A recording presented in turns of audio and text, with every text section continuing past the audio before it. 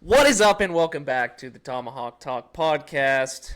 We're back. It's a new year, 2026, first pod of 2026. We got a guest coming on. Also, we're not going to let y'all sit out to dry without someone special coming on, something special brewing. We got Grant McAuley coming on. He's a reporter for the Braves and the Falcons. He's on 92.9 The Game. I believe he was also with the AJC, or not the AJC, oh God, who is it? 11 Alive Sports in Atlanta. All over the timeline. We all know who Grant is. So he's going to be coming on. But before that, Ryan, man, how was your Christmas? How was your New Year? It was absolutely fantastic, man. How was yours? It was awesome. It was great to just kind of decompress and just kind of do nothing. I was off of work for like 2 weeks, so that was pretty great. I know Braves fans also don't want to hear this, but I'm glad Alex gave us the whole fucking Christmas off, man. We didn't have to do any emergency pod or anything. Alex, thank you for getting our Christmas to us early this year. I appreciate that. Thank you very much. Yeah. There was some stuff that was brewing over Christmas. It was a little after Christmas. Who's the guy that signed with Houston? Imanad? Yeah. I don't know how to say his name. I'm sorry, chat. The Yes. Japanese pitcher that said, fuck the Dodgers, and I really wanted him, yes. Yes. So there were rumblings that Atlanta was, I guess, pursuing him. They didn't offer him the opt-outs that he wanted, and what was the other one? I didn't see the contract. 3. You know? He got an opt-out after every single year. So he's opting out after the first. He's a nasty little boy. Mm-hmm. I don't blame him. I wasn't really hurt about that one. I just knew there were rumblings about it, but I wasn't hurt about it. I wasn't upset. And then we had some breaking news coming in yesterday. Tyler Big Dick Kinley is back in the bullpen. I think it's fine. I've been saying this all along. You don't need him to be your 8th, your 9th inning guy. He's going to be in the middle, maybe the 7th inning. He's fine. I said maybe 7th, but you're also going to have... I'm going the Profar route on this one, man. He needs to show it to me for a full year. Profar came back and shut my ass up, and I admit that. Kinley's going to have to do the same. It ain't nothing personal, bro, but you've had half a good season throughout your career. I'm just not buying it yet. I'm sorry. Your Savant looks absolutely beautiful. Like, I need to see more than just half a season on the back of your bubblegum card, bud. I'm sorry. Sorry. Look, his Savant looks nasty. His walk rate, I think, was a little bit up. Correct me if I'm wrong there. I wasn't thrilled with the walks. Will he be fine as a 5th, 6th inning guy? Sure. But otherwise, I don't know. I feel like he's going to be in the Dylan Dodd conversation, where it's like they are your... Dodd's just going to be a situational lefty. And then he's going to have to earn more than that. But I feel like Dodd, if you really look at it, Dodd is like your second best high leverage lefty, if you think about it. God, we got to get rid of Aaron Bond. Like, I feel like that. I feel like you have your A tier of Suarez, Iggy. Lee. You could throw Lee in there too, and I feel like that B, C tier is Kinley and Dodd. It's kind of a drop off after like, and we'll go ahead and look. I hate doing this to Grant, but we're gonna go ahead and throw Grant in there because I'm sure they're gonna. I still think the Braves need one more reliever or a starter. I think it'll be a starter. I think you got to add one of the two. But once you got Iggy, Robert Suarez, and Dylan Lee, and then Grant Holmes. If you want to throw him in the bullpen mix right now, right? You got those 4, and I think that's elite tier relievers. And then it's everybody else and this fucking after that. And I don't think it's really close after that. Like, you got your A tier and then your here. My opinion. I don't Dodd necessarily... hasn't proved it enough. Joey Wentz hadn't proved it enough.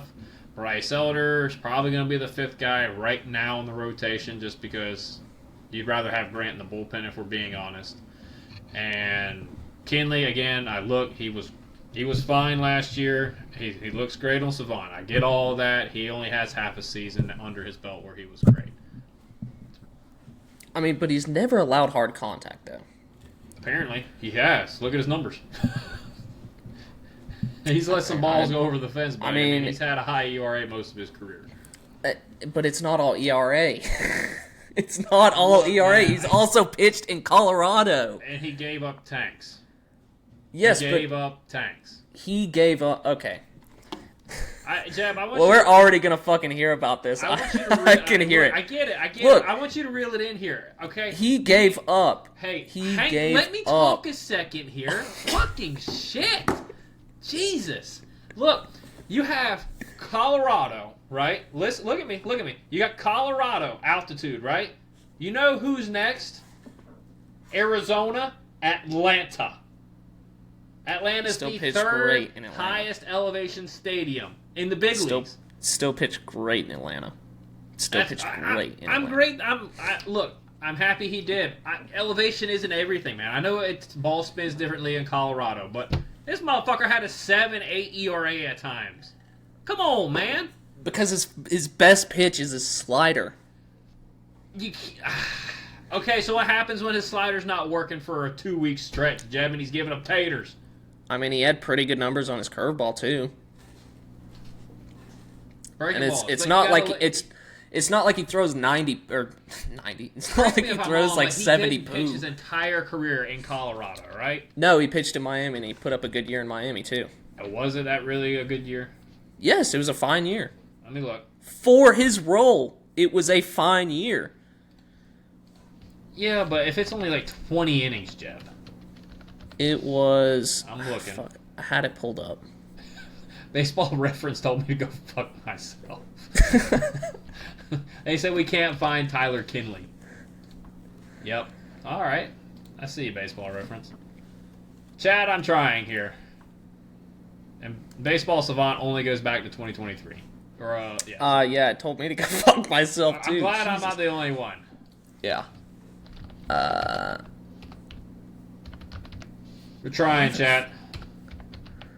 So... Yeah.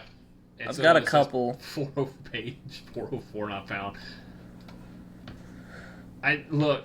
So, okay, here it is. I'll just give you a Savant in 2019, because he was with the Marlins in 2019. Real quick, hang on. You go back here. 92 in expected 92nd percentile in expected batting average, 88 in expected slug, ISO 74 percentile, Oh, here we go. 90 percentile in hard hit rate. That's the only great. thing is his K rate was 69% or percentile. His expected higher than it was. 4.63.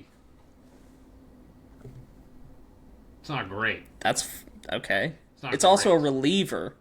Correct. So you have one bad outing and your fucking ERA skyrockets. I get it, Jeb, but look at Dylan Lee, look at Suarez. You need...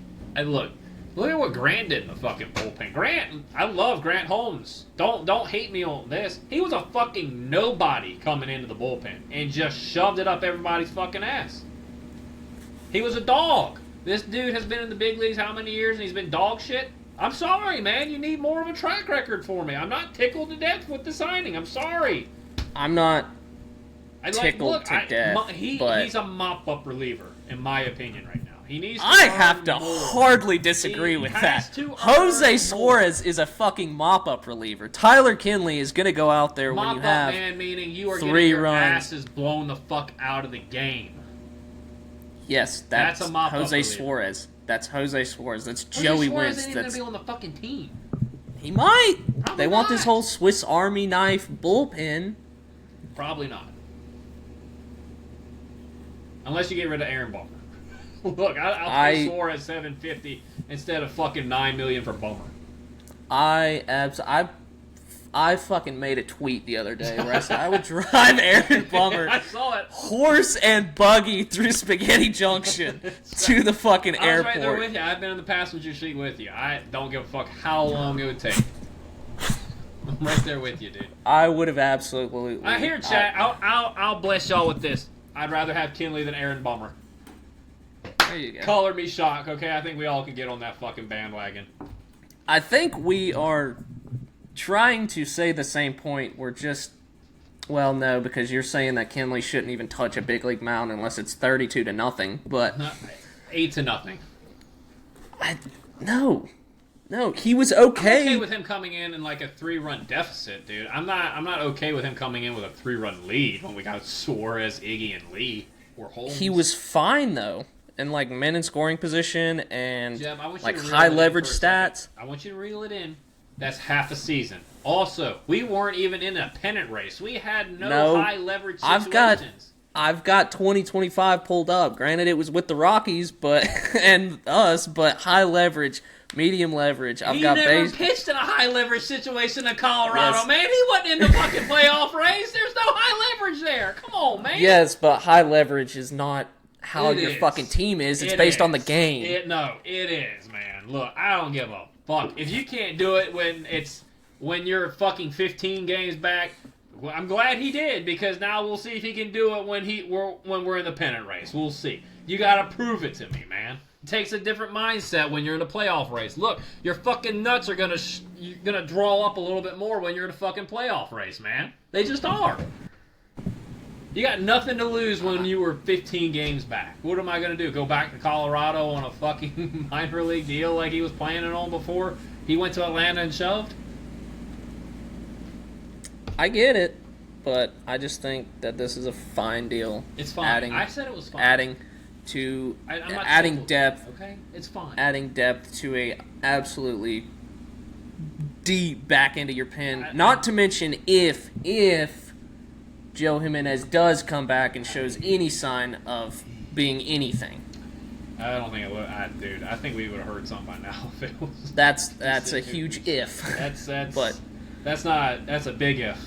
I told like when they went back in for that second surgery, I was like, that's gonna be tough. Yeah. That's tough. So, all right. Well, that's all we got for now. We'll be back with you when Grant comes after. on. Yeah, we'll be back with you after Grant. So, without further ado, here is Grant.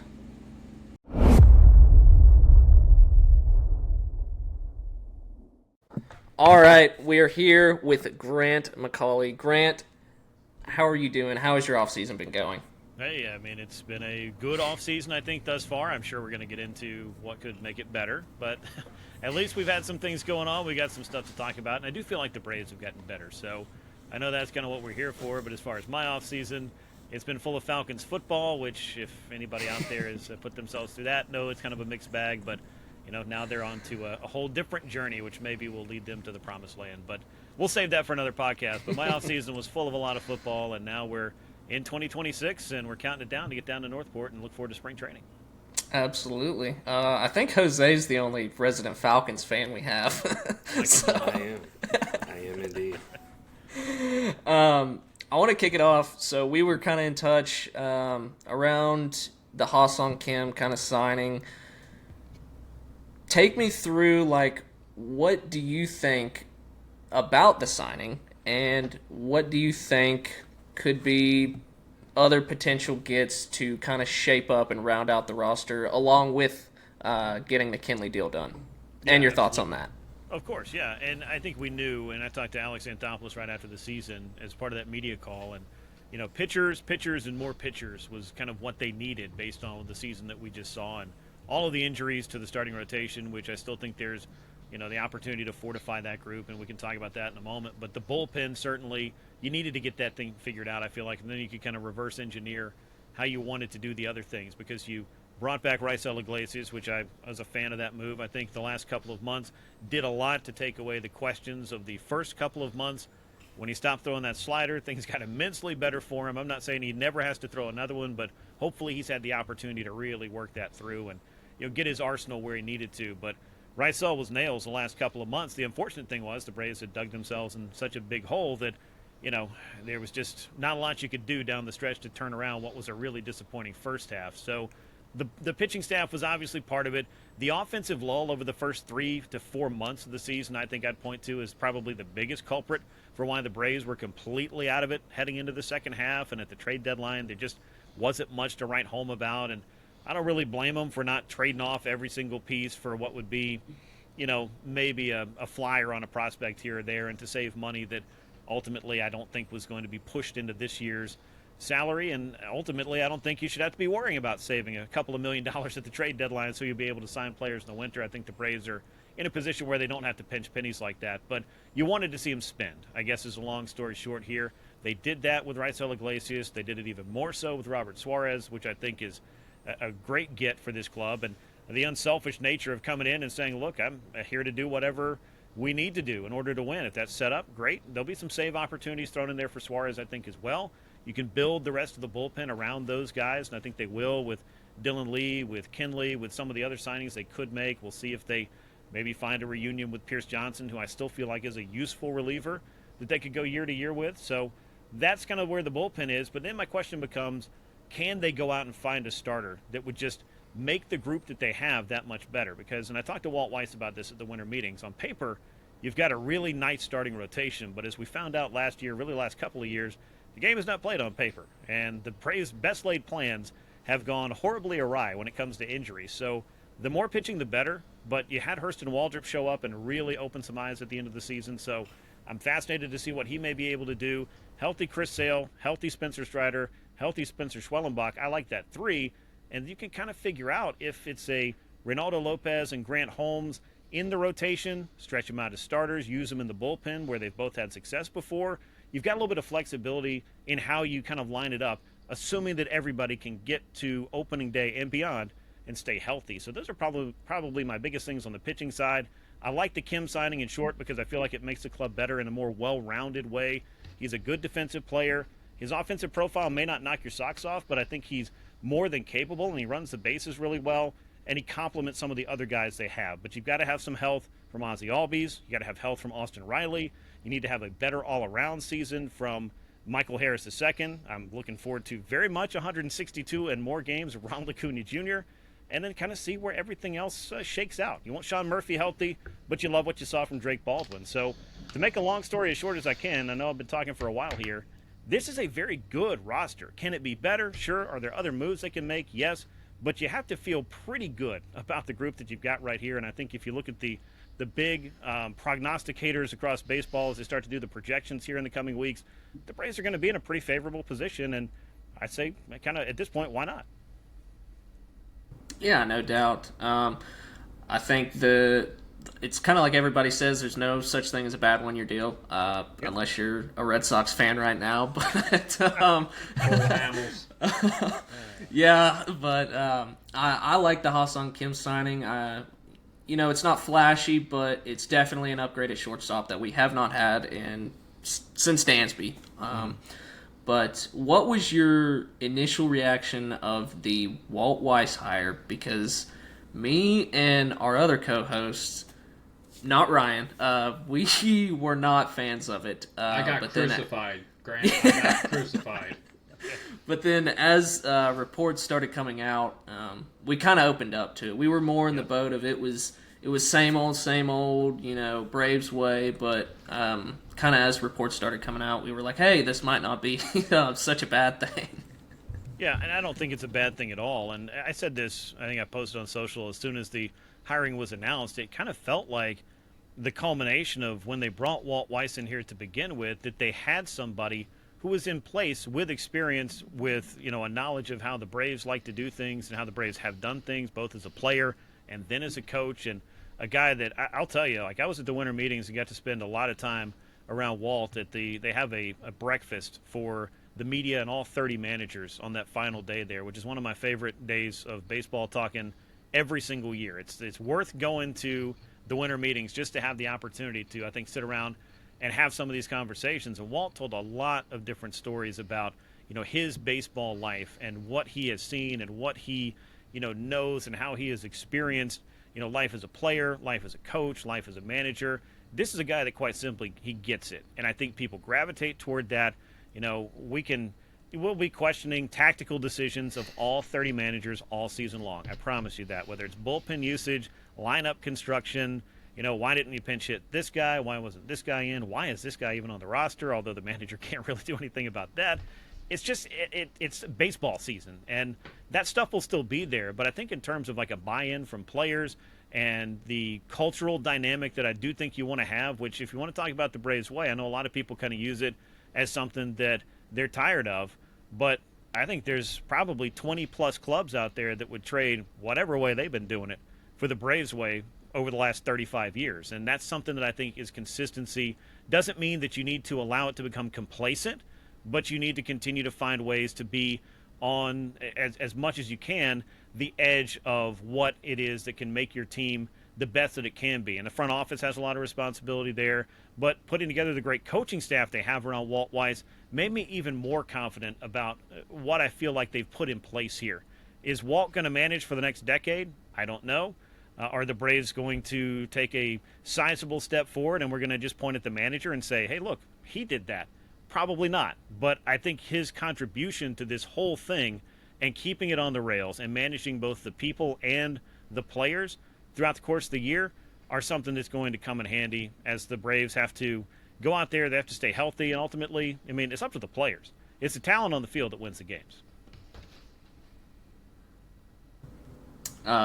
Ryan, want to kick it over to you? You got anything? That's exactly what I was trying to tell y'all when we hired Walt Weiss, and y'all just absolutely crucified me for those points. Just wanted to point that out there. If you don't believe me, chat, go back and look at that podcast.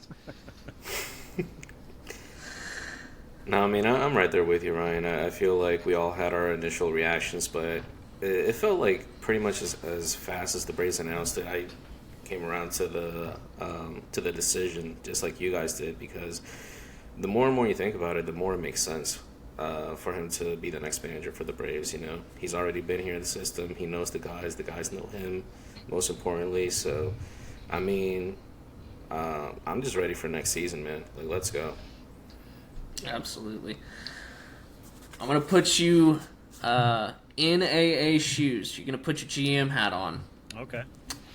You've got, I know a lot of people are saying either a starter or possibly one more reliever. With the guys that are on the market right now, where are you going if you are the GM? What are you adding, basically? Yeah, I think the starting pitcher probably makes the most sense to me, and not because they don't have the options to, run the guys that they have out there right now. And yeah, you're going to worry about the injuries. There's no way not to after what you saw last year. I talked about this till I was blue in the face and quite frankly sick of talking about it. How many injuries to the starting rotation? I've never seen a whole five-man go down basically by the All-Star break, all on extended leaves of absence because of injury over the course of one season. It's just kind of unbelievable. So you have to, I think at some point, hope that you're going to be a little bit more fortunate this year. Hope is not a great strategy for constructing a roster or really doing much in life, but I think there's reason to be more hopeful about it or optimistic about it than to be pessimistic and expect all the things that went wrong year to year to happen year over year. So I think a starter, somebody who's maybe a really solid 3 with some postseason experience, if they want to get something higher end than that, I'd certainly be open to that. But I do feel like the rotation that they can build around, I think Spencer Strider going through a healthy offseason is going to be a very different looking version of Strider than we saw last year as he was trying to piece it together. I know there were some arm angle questions for him, trying to get back mechanically to where he wanted to be. He is the most analytical dude that I have ever talked to about pitching. It's him or Michael Soroka, I'm not sure which one, but he's very self-aware, I'll tell you that, Spencer Strider is, and the performance and what it takes to get everything the best out of every single pitch of every single start. Spencer Strider's trying to figure out a way to do that. So you got to respect it, but it doesn't mean the results are necessarily going to be there because it's a hard game and it's a game of adjustments. And I think that he was physically having to come through that whole rehab process, and then you got to go out there and compete. So the further he gets away from that and the experience that he got last year, I know some folks were even telling me, why is Spencer Strider pitching in September? Why is he pitching in August? Why don't we just sit Ronald Acuna Jr. for the rest of the year because he, had that calf strain, I think, in Kansas City that scared everybody for a week or so. the guys have got to go out there and play. It's not going to make them any better or help them avoid injury by sitting out the final 6 or 7 weeks of the season. And Chris Sale really came out in defense of that about, well, why do you need to come back? Why do you want to come back? I mean, the season's kind of lost, but every single start is valuable to him because you're never going to get that time back. And also, that's just the kind of competitor he is. And I think that's the kind of stuff that sets the tone for a whole clubhouse. It's not the manager giving you a speech before the game that somehow motivates you to all of a sudden decide that, hey, I really want to win more than I want to lose now because of what this guy or that guy said. But the leaders by example, which I do think the Braves have a good bunch of those and have some guys who are highly motivated to succeed and have the skills to do it, that to me ultimately I feel like is what could make this rotation, better than it was a year ago, assuming that you can have the kind of health that you need to. So I don't know that necessarily answered the question of like, who am I going to go get? But the kind of player that I'm going to go get, I think, is a starter who can at least slot in the middle of that rotation. You got Sale, you got Strider, you got Schwellenbach, you got Holmes, you've got Lopez, you've got Hurston Waldrop. I don't know if I'm forgetting anybody off the top of my head, but I know they've got some options, whether it's Big Texas. We get down there with Bryce Elder, who I really, really like. As a person, he's, it's hard not to like Bryce Elder and the earnestness in which he goes about and the workmanship that he has. Is he the most talented starter of the group I just mentioned? No, and I don't think that he's necessarily trying to be that, but he does, I think, get it in a way that made him a guy that you could lean on some last year. Sometimes it was just to go out there and give you what you could. Other times, I really think that he was turning the corner. But you're not building the rotation around him, but you got to have innings, you got to have options, you got to have guys that can fill in just in case you do have an injury that takes somebody out of service for 3 weeks or a month or whatever it may be. No doubt. I like Bassett. I think he fits that mold perfectly. Yeah. I think the way that, I'm sure you watched the World Series. They used him in the bullpen. He just reminds me of Grant Holmes, where he can just be that Swiss Army knife that AA's been kind of targeting. And I think, you sit him in as your 4, maybe even your 5, depending on what they do with Elder. And then come postseason time, you've got potentially Elder, you've got Grant Holmes, you've got Raylo, you've got Bassett, all who can slide into that, bullpen. And in a 3-game series, you probably need 3, potentially 4 starters. I just think that makes the most sense. One thing that's interesting, and Alex brought this up, I'm trying to remember when exactly it was around the winter meetings, was as much as you do like some of these guys, whether that's Holmes or Reynaldo Lopez or Joey Wentz or Bryce Elder, and you want to keep them all because you've got some guys there that I mentioned are out of options and obviously others of them that are just under long-term contract like Lopez. How many of these multi-inning guys can you really afford to carry? Because at some point you need the pitchers that specialize in coming in and giving all they got for that one inning, and that's the thing that they do and have done. And I think that Reynaldo Lopez could get back there because clearly he's had success with that before. I don't think you're looking at Grant Holmes necessarily and saying, we need to make this a high-leverage guy for us. You've signed guys to be the high leverage. And I know the ninth inning is not the most important inning. You got a lot of important outs to get there. But the last 3 outs, I agree with Brian Snitker. He said it's just a different animal.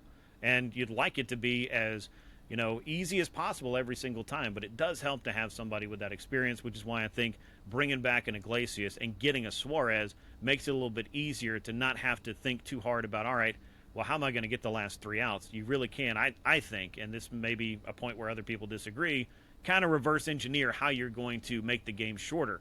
I also think that, the game would benefit from having a few more complete games here and there. But clearly there are some analytics that say the 3rd, 4th, 5th time, and 5th time is a pipe dream, that you face a hitter in a game would probably not be in your best interest. But I think we can all agree that, bullpens have become a huge part of the game, and you just want to have the best collection of arms that you can. So to get back to kind of that point is why you want to kind of stash a lot of the arms that you have here and hopefully find a role for them. Are they the best fit for that role? I think is a question they're also trying to answer. All right. Besides Ronald Acuna Jr., biggest key for the Braves offense in 2026. Healthy Austin Riley. I Healthy agree. and productive Austin Riley. Let Thank me you. put that on there. Bingo. So, that's my guy. I'd be interested to hear who everybody else has. Is this kind of all across the board? 100%. Everybody's on the Austin Riley train? 100%. Well, So- and I think you need to see you need to see Michael bounce back too. Yeah, sure. I would say a big 3 for me. Austin Riley, we've mentioned him. Michael Harris, I'd love to see a better offensive season from him. The third one, Ozzie Albies. Yeah. And with Ozzie, I think he's in more of a critical time for him to get back to being healthy and being the guy that you know it's in there. I mean, the last couple of months, he showed you that it's, he's still capable of swinging a power bat, of driving in runs, and doing the things that made him one of the better second basemen on a very short list in all of baseball. He may never be the guy that walks the most. He may never be the guy that hits 300 annually every single year. But when you start to look at Ozzie Albies over the course of his full seasons in Major League Baseball, there's not a long list of second basemen that can do the kinds of things he can and still be on the right side of 30, which he is for the moment. So I still think there's a little bit more in there for Ozzie. I thought it was a no-brainer to pick up the option. I know that the breaking his hamate bone at the end of the season, that wasn't just injury. That wasn't just insult to injury. It was like double that for me because I really wanted to see him get into the winter and be healthy. But the updates I've gotten on him is that he's in a good spot. Obviously, I think everybody saw him swimming around his fish tank this past week on social media. So I think he's doing well. 162 games, Ronald Acuna Jr. You can sign me up for another decade of that. I'm always excited about what that guy's capable of. But kind of to get it all back to Austin Riley, you are pretty much signed up for another decade of that.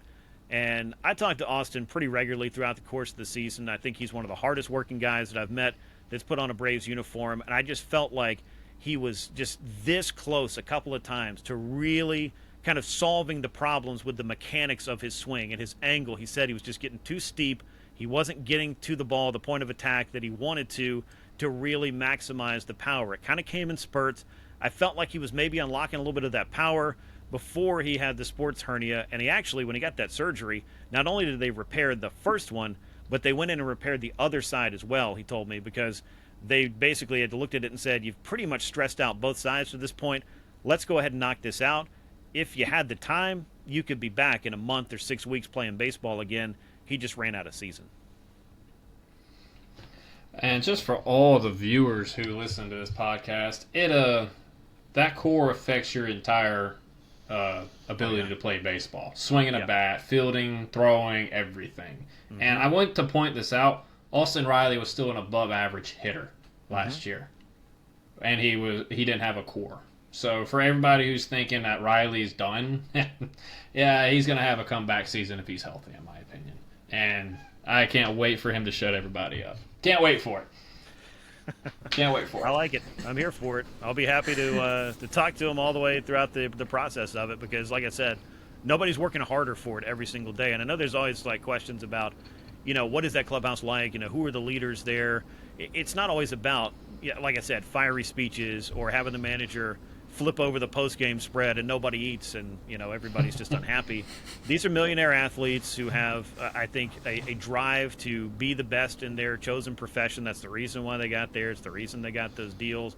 It may look and sound a little different than we want it to at times, but, they're going through their job in a lot of ways in the same ways that we go through our days and our things, and the competitiveness that we have is the same kind of thing. It's just different in terms of how they get to go out and do it because they're blessed to play a kid's game, and most of them will tell you that. But I think Austin Riley, Matt Olson, Ozzie Albies, a lot of these guys are on that list. And sometimes it's not just what do you say, it's how do you go about your business and how do you do it. And when we talk about the essence of the Braves way, whether you love it, hate it, you're indifferent about that term at this point, being as professional as possible and trying to play every single day has been a core tenet for that since, way, way back in the 1990s when this whole thing got off and running. Last thing I'm going to say on Austin Riley's importance to this lineup, Jeb. And I'm not saying Olsen, Ronald, I'm not saying none of those guys are not important. I'm just saying last time the Braves were really, really good was 2023, 2022. Who was the anchor in that lineup? Who was in top MVP candidate votes? Besides Ronald. Yeah. Austin Riley. Yep.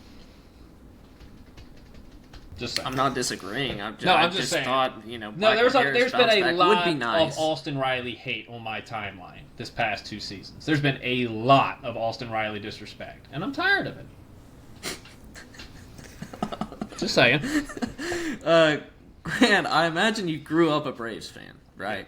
So, talk to us about, you're covering them pretty much on a day-to-day basis throughout the season.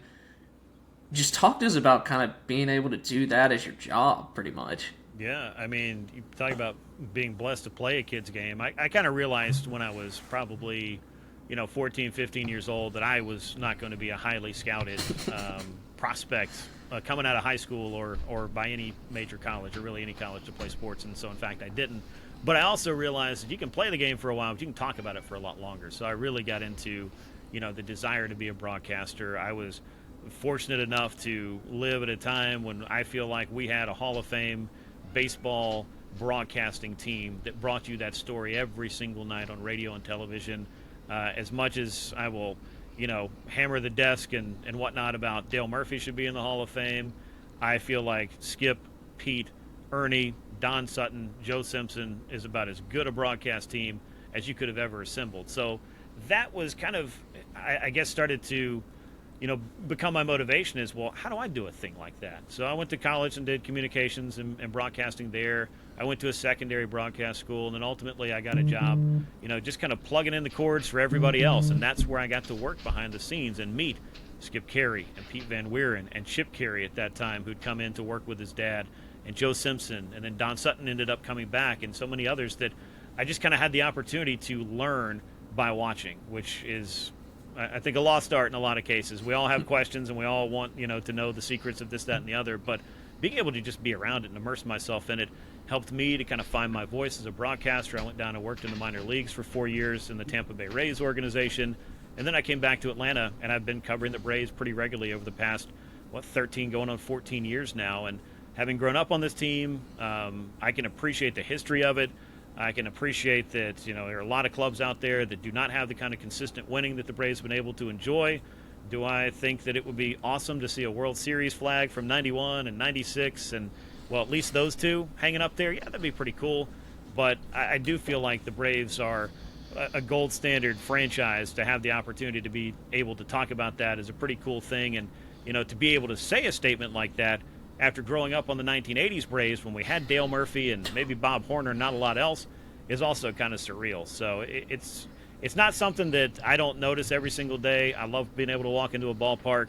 I think it's a privilege to be able to talk to the players and to be able to learn their stories and to learn the story of the team and to communicate that to fans. I love, the interactions that I'm able to have. I mean, the vast majority of them are positive or fun, or eventually we get there. But, yeah, it's an absolute privilege, and I'm thankful for it every single day.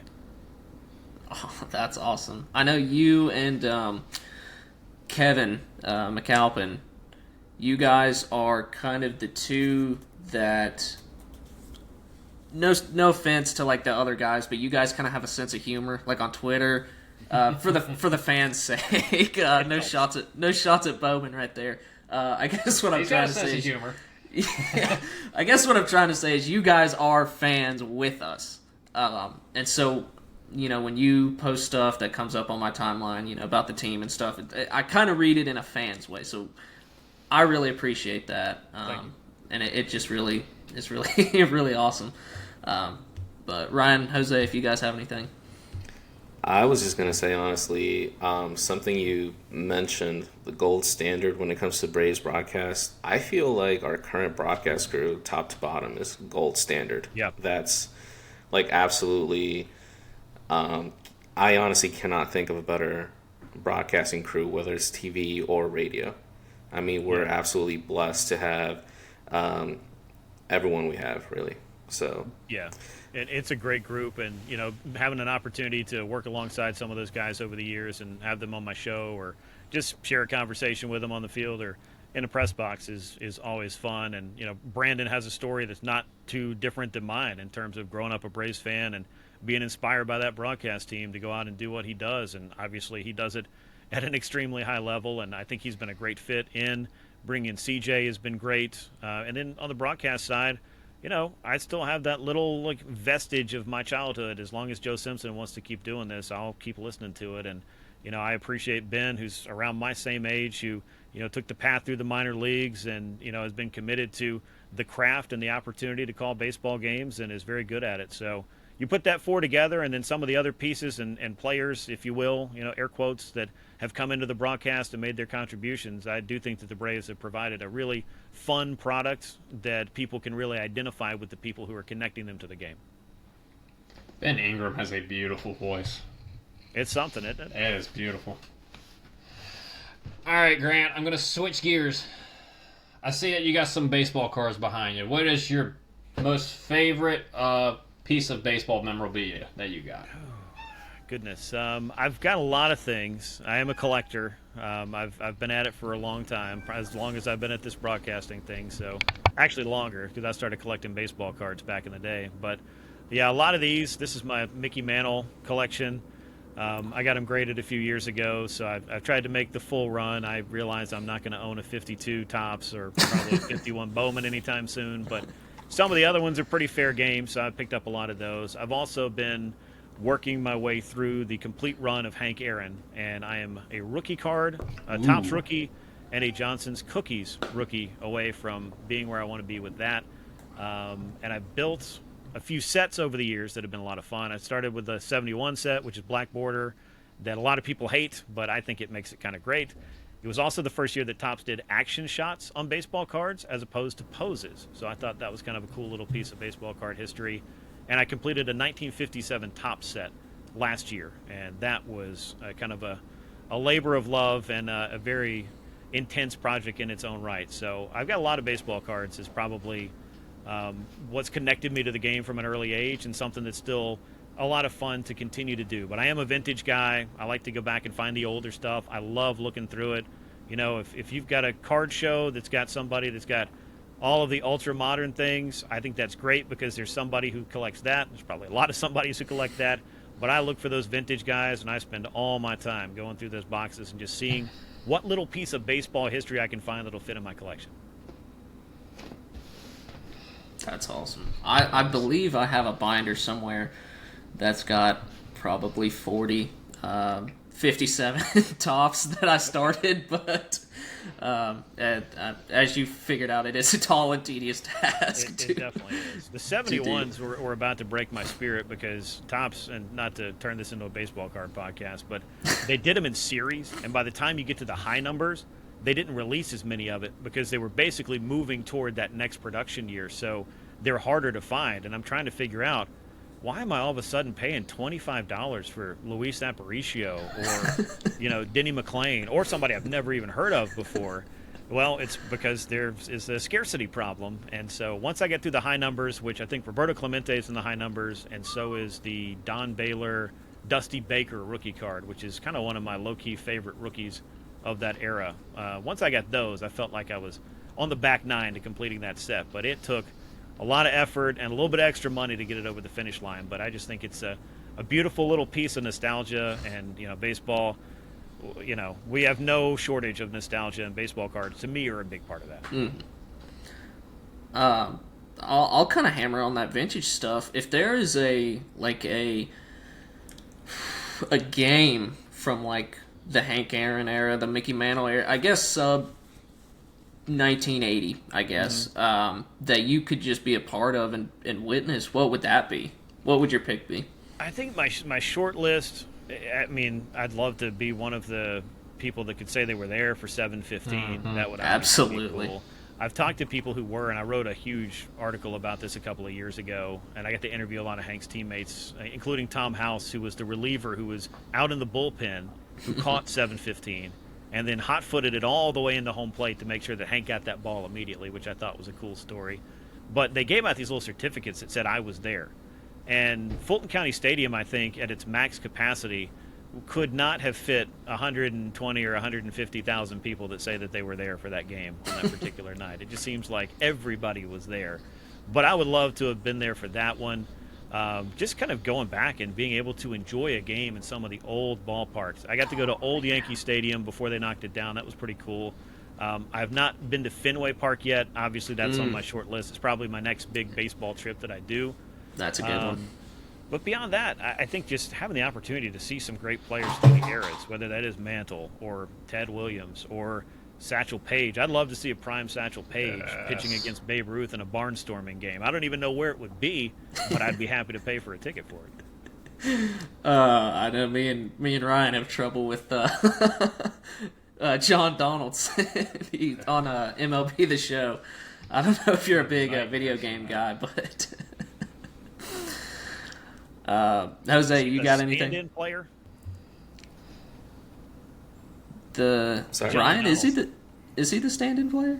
No, I'm trying to remember. Well, I was a big fan of the EA Sports games. I maybe have my games mixed up because I'm not a huge gamer, but they didn't put Barry Bonds in the game, but they put in a slugger, and his name was Dowd. You know, John Dowd, MVP 05. Yes. Yeah, very, very impressive. So I thought that was fun. I didn't know if that was one of the issues, or there are just so many great players that you just didn't get an opportunity to see, and that being able to have those guys, put into and representative of their impact on the game of baseball, and be able to play it in a video game against contemporary players or players of their era, or really any era, is a pretty cool thing we get to do these days. I did not think about that when I was playing RBI baseball in 1987. Yeah, no, speaking of video games, only thing I was going to say when you guys were speaking about baseball cards is only sort of collection I do is an MLB The Show. But I do have a lot of respect for card collectors, for sure. That is a grind, for sure. It can be, yeah. But it can be very rewarding, too. And sometimes Absolutely. It's not even your most expensive finds that end up being among your favorites. They certainly can be. I mean, I'm definitely proud of a lot of the cards that are back here. That's why they're in a case. But, I've got some other things that I've done and put together and found over the years where it's just like, this is just a cool card from a vintage set, and I love the photo, and I'm going to pay that $5 for it and put it in a box and pull it out twice a year.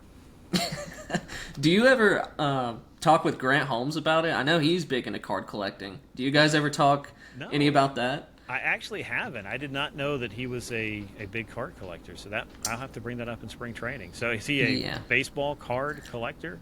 Yeah, I'm not 100% sure if it's vintage. I know when we had him on, he just said that was one of his other hobbies. He was a big card guy. Well, Chris Sale is a big card guy, but it's Pokemon cards. And Dylan Lee, I think, is a Pokemon card guy. And I'm trying to remember who else. And Dylan Lee, I think, made a joke. I'm pretty sure it was him, though it might have been Sale. It's like, the good thing about collecting these cards is, the Pokemon never get hurt, so you never really have to worry about the effect of injuries on the price of the cards that you're investing in. So I thought that was kind of a unique way to look at it from somebody who would certainly know what that's like. Absolutely. Braves Fest, it's back. Thank Yeah. God. Will you be attending? I will be there. Looking forward to that. It's a nice little check-in before we get down to Northport. And I think that, from a fan's perspective, I'm sure people have missed it in its hiatus, if you will. Awesome. Maybe we can run into you and Absolutely. catch up and say hello. Ryan, do you have anything? Favorite memory at the ballpark. Can be as a reporter, can be as a kid going to the ballpark, just favorite memory that you have. Okay. I'll give you the one that has recency bias on it until, we're sitting here maybe having this conversation another 20 years, and it still might not change. Tyler Matzik in Game 6 Yes. of the NLCS. I mean, again, build the statue as far as I'm concerned. 100%. That's a top 5 Braves moment all time for me. And I know some of the other ones might have some much loftier names attached to them, but what Tyler Matzik did in that particular moment, that's when I think you're able to feel as a fan or as somebody that covers the team, it's like, man, I think the Braves could win the World Series. I mean, you got to get there first, and Tyler Matzik was taking care of that whole thing, because that just felt like the kind of moments that weren't necessarily kind to the Braves in recent vintage. And, to have that kind of performance, that's way up there for me. I'll go easy one, like first ball game that I ever went to, which was a Braves-Reds game in 1988. And being able to go with my grandfather and my father to that was something I'll always remember. And my dad and I actually went to Yankee Stadium together on 9/11 in 2005. And it was Yankees-Red Sox, and it was Randy Johnson against Tim Wakefield, and it was a 1-0 game on a pinch hit home run, I believe, by Jason Giambi. So, Wow. it's kind of an all-timer between two teams with the storied rivalry in the house that Ruth built with my dad, who grew up a big Mickey Mantle fan, which is how I ended up getting into the Mickey Mantle vintage cards. I'm going to bounce back. I know we've been all over the place, but two young guys who really made a name for themselves this year, kind of. Drake Baldwin and Hurston Waldrop. What are what are some things, I guess, that they could potentially work on maybe going into this year? What are two things, or what are some things that you're excited about with them? Just kind of thoughts going into this year with them.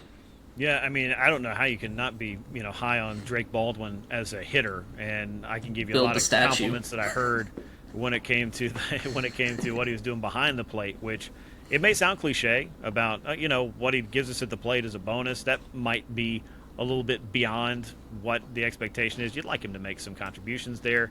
He does all that and then some, but the amount of detail that's involved in that job, and that's something I kind of asked him about. What were you able to kind of learn from some of the pitchers you were working with that maybe informed your mindset as a hitter? And he said, it's interesting because I had to spend so much time focusing on what we were doing there.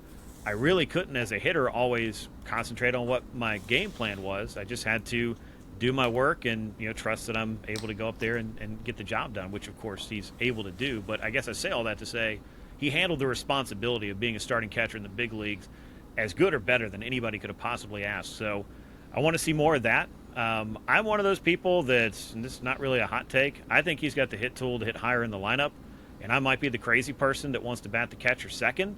Yep. But if I were leading off Ronald Acuna Jr., I would not be upset about Drake Baldwin getting those kind of plate appearances because I don't think they've necessarily had a clear number two hitter. I know you can do that with Matt Olson, and certainly getting him a lot of plate appearances is also important. But I don't know if I would hate looking at a lineup that goes Ronald, then Drake Baldwin, then Austin Riley and Matt Olson, or flip-flop the two of them.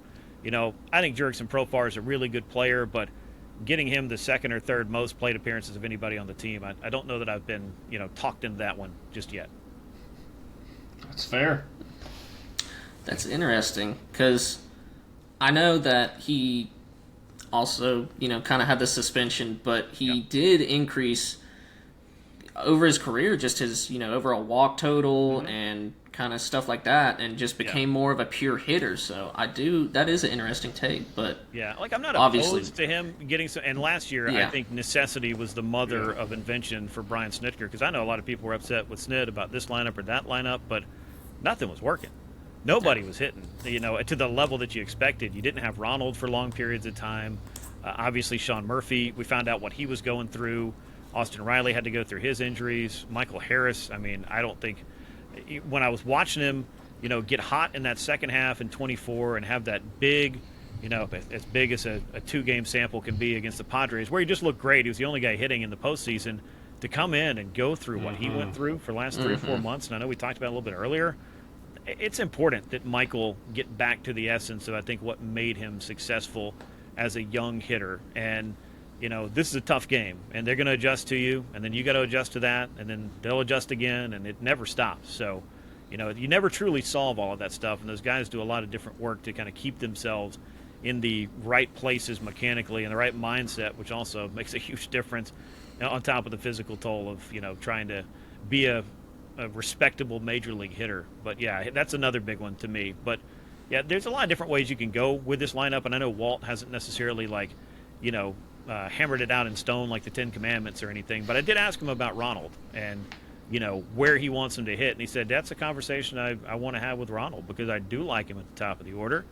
I also like him being able to affect the game with a couple of runners on base, and that seems to get very there's a lot of vitriol, I think, attached to that particular argument at times, like why would you want to get him less plate appearances? That's kind of where I hang my hat is. Unless or until he doesn't look like he should be leading off, I would just lead him off. I think it plugs him into the game. I think that is of value.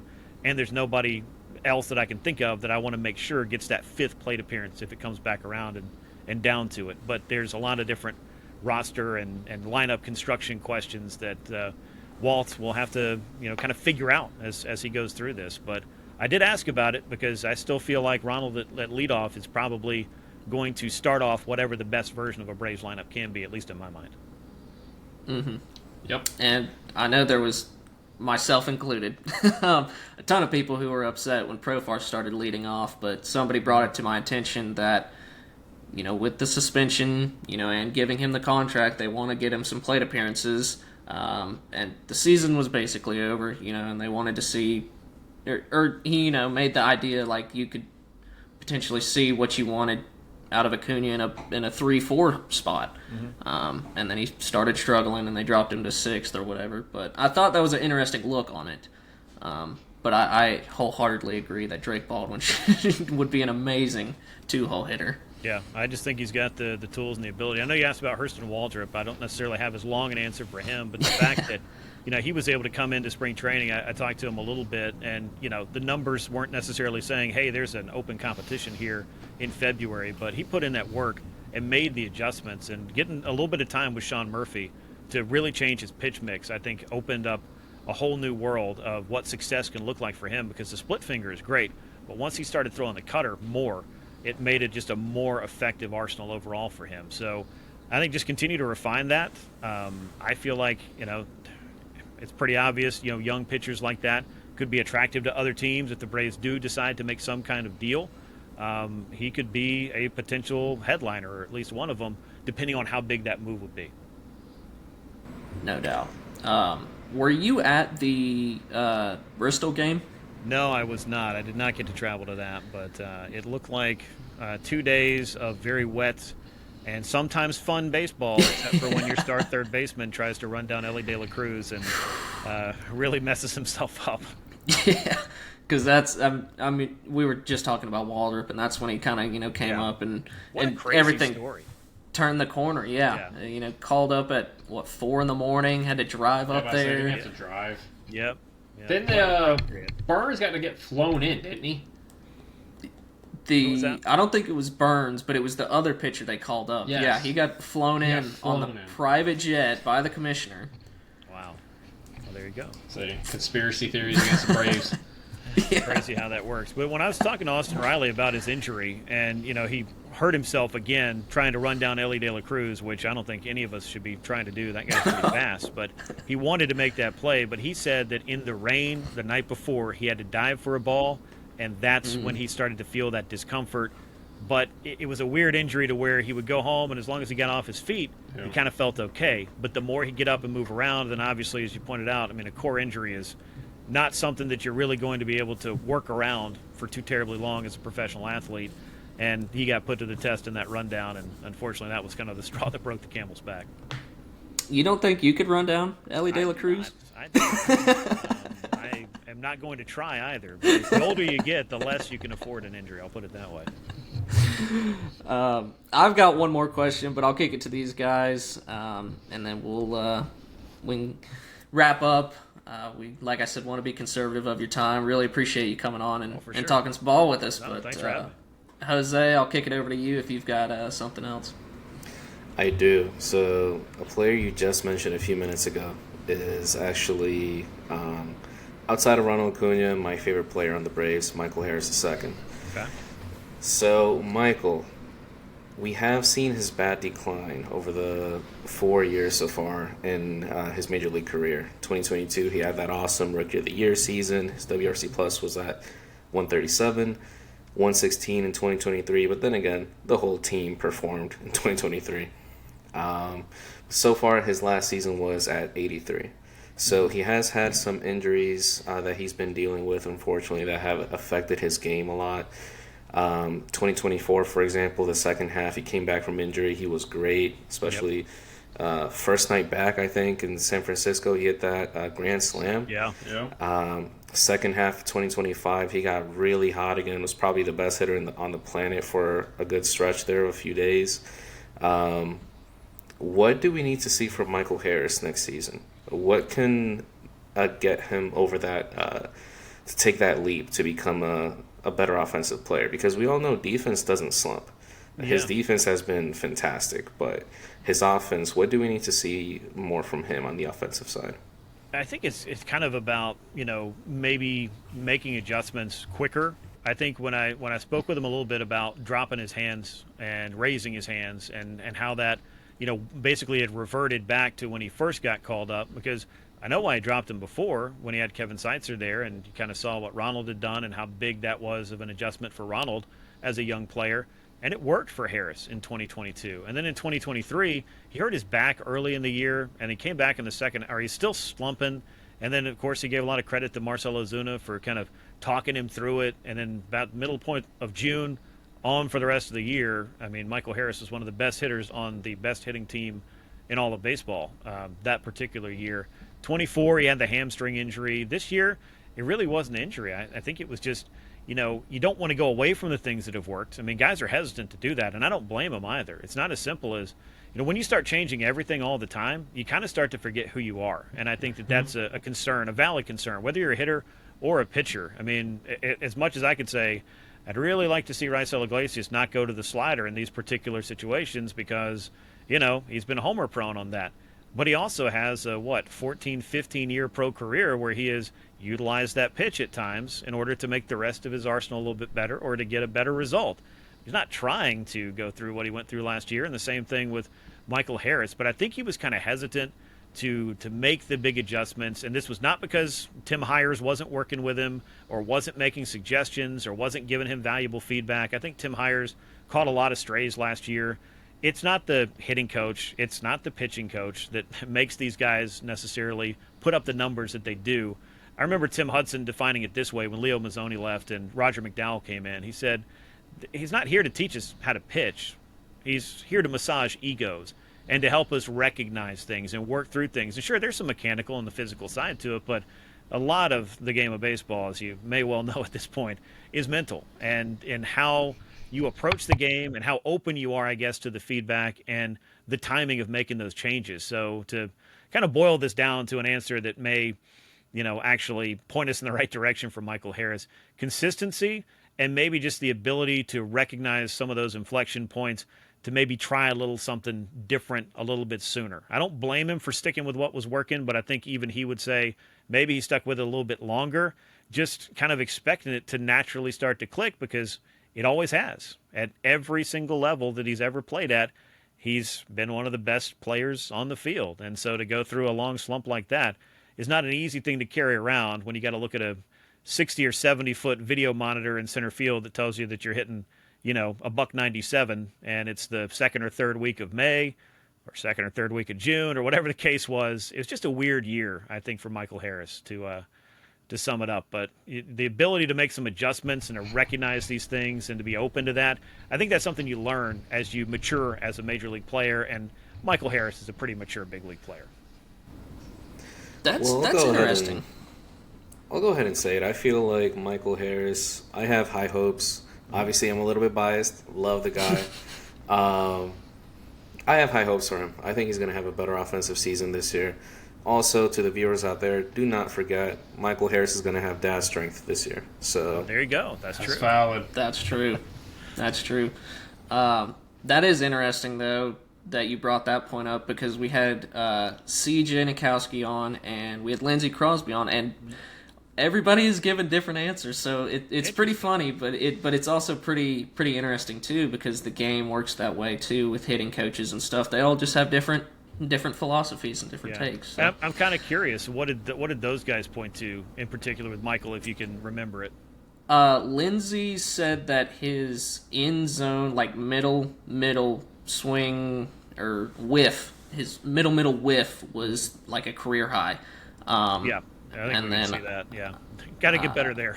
Yeah, and I don't know. I think I missed the CJ because my Wi-Fi was being a little wonky, but I think his was also along the lines of adjustments with his hands and just being able to not. He made an interesting word because Michael's never really walked, but he said that if he can do damage on the pitches, he can do damage on. Yeah. No, that's a good way to put it. Absolutely. Like, don't miss your pitches. And yep. I think we could all agree, and having those guys point out as well. When you look at some of these metrics, it's like some of this should improve, and it should improve with some some strike zone awareness, maybe a little bit, different attack plan. I don't want to sit here and tell you Michael Harris needs to get more aggressive because he's a pretty aggressive hitter. Oh, yeah. He just needs to be the right kind of aggressive. I think would benefit him. And he did point out that, look, Chipper Jones ran into his dad in the Delta Club underneath Truist Park. It wasn't even SunTrust Park for that long, and every once in a while I throw one of those in there to keep people on their toes. Yep. But he was in there, and they were talking, and he said, look, Michael can call me. And I think Chipper kind of has that rapport with just about anybody on that club that would need to call him and work with him. But I will say this, Chipper Jones can't necessarily turn every hitter he works with into Chipper Jones, but he can impart a lot of knowledge and reframe things, which sometimes when you're mentally trying to tackle how you get out of something, hearing somebody break it down, even if it's in the most simple terms, and getting back to, design and back to basics can be very helpful. And having a guy like Chipper Jones to be in your quote-unquote, hitting laboratory, if you want to call it that, that's another place that the Braves are, I think, can, hang their hat on having some things that some other teams don't have. I say this with air quotes, but did him and Hires kind of clash? Because Chipper went on earlier this offseason and kind of, I guess, brushed the slate kind of clean when he kind of made those comments saying that him and Hires are now kind of like Hires is okay, I guess, letting players call him or something along those lines, if I'm remembering correctly. I don't necessarily want to speak out of turn because I did not hear that per se, but I had heard Chipper, I feel like earlier in the season, point out that, like, look, I mean, this club's struggles are not just all on, Kevin Seitzer the year before or all on Tim Hires in coming in, because I feel like both of those guys, are capable of doing their jobs. And I know that, Dave O'Brien talked with Kevin Seitzer after he was let go and after he was kind of over the initial shock. He just kind of said, I couldn't get guys out of their own way sometimes with some of the mental aspects of being a big league hitter, because it's a hard job. And that's, for a hitting coach, something you have to kind of attack and deal with. And, Chipper Jones is a Hall of Fame player that the more he's around the team and helping guys, I think the better for it. You do hire a hitting coach, so I guess there's got to be, some communication that's just set up and the ways that you do stuff. So hopefully all of that stuff is exactly as it should be, and everybody can kind of collaborate, and you don't have too many cooks in the kitchen, giving people conflicting advice, because that doesn't help either, no matter what you're trying to do. But yeah, I think it's a net positive to have Chipper, and I also think that for Tim Hires now, with a year around the club, getting a little bit more familiar, I think that could ultimately, be beneficial for him now to really know the guys and be able to tap into all of the assets that they have to get this offense looking a little bit more like it did the final couple of months than it did the first 3.5 or 4 months. Absolutely. Ryan, you got anything? Yeah. I real quick on the hitting coach, I do want to point out it's kind of like what Walt was saying with the manager. It takes a good year for them to learn their guys, and it took Tim just about a year to learn his guys before the offense really started clicking. So you got to give guys some time, and I think as fans we don't necessarily want to do that. So everybody's human and try to be a little bit better. But my question for you, Grant, what is your most memorable interview with a player, coach, GM, whoever? You have one. I'll tell you, it's probably, and this is going to be one of these kind of recent stories, and you can see him, he's over here over the shoulder, but I had Dale Murphy on my show in 2020 to talk about something that for me as a young Braves fan was very difficult, and that was his trade to the Philadelphia Phillies, because young fan couldn't handle, the business of baseball at that time, because you don't know anything about that. Just like, why has Dale Murphy been traded? What are the Braves doing? And then you come to kind of recognize, and I've been very fortunate to, and I've got, this is, I believe, still pinned on my Twitter, my X account, that, when they tell you never meet your heroes. And I will continue to tell people, unless it's Dale Murphy, because he creates just such a connection with every single person, Braves fan, baseball fan, whoever it is that has the opportunity to meet and converse with him and share a little bit of time, which is extremely, extremely rare and a very special thing. So to put that out there first. But getting a chance to talk with him, about that, not only did I learn a lot about, why the trade happened and that he actually asked for the trade, and he actually suggested to the team that maybe they do trade him, because if they didn't, he was just going to be a free agent and leave anyway. I didn't know all of that. And then I was able to kind of organically discover what exactly went wrong in the final couple of years of his career and the level to which he was injured, and his career ended at 37. And so now you fast forward to the last year and this last few months, and obviously we know that the vote didn't go his way for that not Golden Eras Committee, but that Modern Era Committee that met, and they voted Jeff Kent in. Don Mattingly and Dale Murphy were also on that ballot. It was a very weird ballot of players of all kinds of different backgrounds and characters, so I'll leave it at that.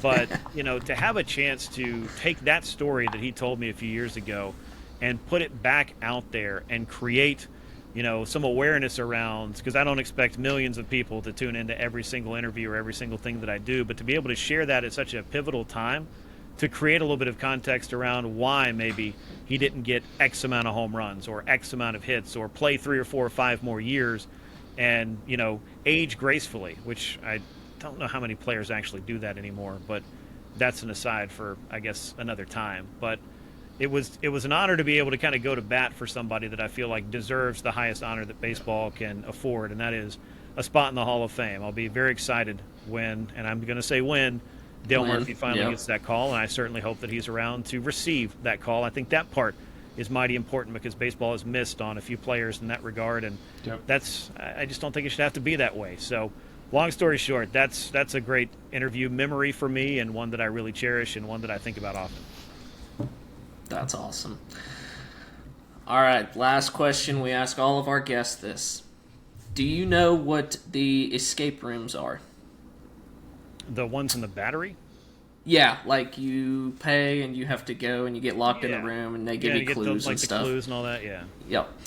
You get to pick one player from the 2025 Braves. Who are you picking and why? Spencer Strider, because I know he'll continue to work the problem. And we may or may not ever get out, but it won't be for lack of trying and lack of applying ourselves to every single clue and every possible answer. The one person I say not to pick Spencer Strider, pick Spencer Strider. Is there even a close second? All right, well, what are the answers for everybody else? Strider, hands down for me. I feel like even if we can't get out, he's going to be entertaining to talk to. Absolutely. So there you go. Yeah. It has to be Strider for me. Okay. It's got to be Austin Riley because he'll just kick the door down. Yeah, I was going to say, Bruce Grant Factor, you got that. Yeah, I mean, that's, I don't know, Chris Sale's pretty intense, so maybe that's a guy that you want in there who'd be very motivated to break through a wall and, get you to the other side. I don't know. For some reason, we have not had a lot of catchers picked, which I figured Sean Murphy would be a pretty good one, just for his game calling, being strategic and stuff like that. Yeah. But Strider and Matt Olson seem to be the pretty popular. Yes, popular ones. Good Lord. I just pictured them giving us like a page that has nothing but clues on it, and I just went gut instinct on who would be like, okay, give me that, and really start to dissect it and get granular in a hurry. And I think Spencer Strider is the guy that has no problem doing that. Absolutely. CJ picked Schwellenbach because he said that Schwellenbach is the same way. He's pretty. He is. Pretty for sure. He's a quick study, and obviously you can see with what he's able to do out there. I mean, when you got an arsenal that's 6 different pitches you can throw at least 10 to 15% of the time, that's impressive. Yeah. Alrighty, Grant. Thank you for the time. Let everybody know where they can find you at. Yeah, well, you can find me on social media, most platforms. I am at Grant McAuley. That's with 1 C in McAuley. I guess you can see it right here on the screen. You can also find my show, From the Diamond, wherever you get your podcasts. I've got a website, FromTheDiamond.com. I'll try to update that a little bit more, but there's a navigation bar at the top that's got links to all my social media and all my other stuff there. You can find me on 92.9 The Game on Sundays for 2 full hours talking about the Braves and Major League Baseball, starting right around the time opening day gets going. I will have some spring training and preseason preview stuff coming your way, but those are probably the big places you can catch me. And I do write about the Braves for the Marietta Daily Journal. You can subscribe and read all my fun articles, which I apologize in advance are paywalled, but that's how I get paid for writing. So it's a weird thing. You got to make these arrangements, and that's been a particularly good one for me. I do love writing about the game as well. Absolutely. Well, once again, we appreciate you for your time. Thanks for coming on with us. Thanks, guys. Thank you, Grant. Thank you.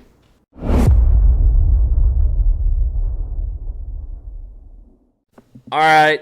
Special thanks to Grant for coming on. Felt like that was a pretty good conversation. I mean, we were all over the place, but, we don't go in with notes.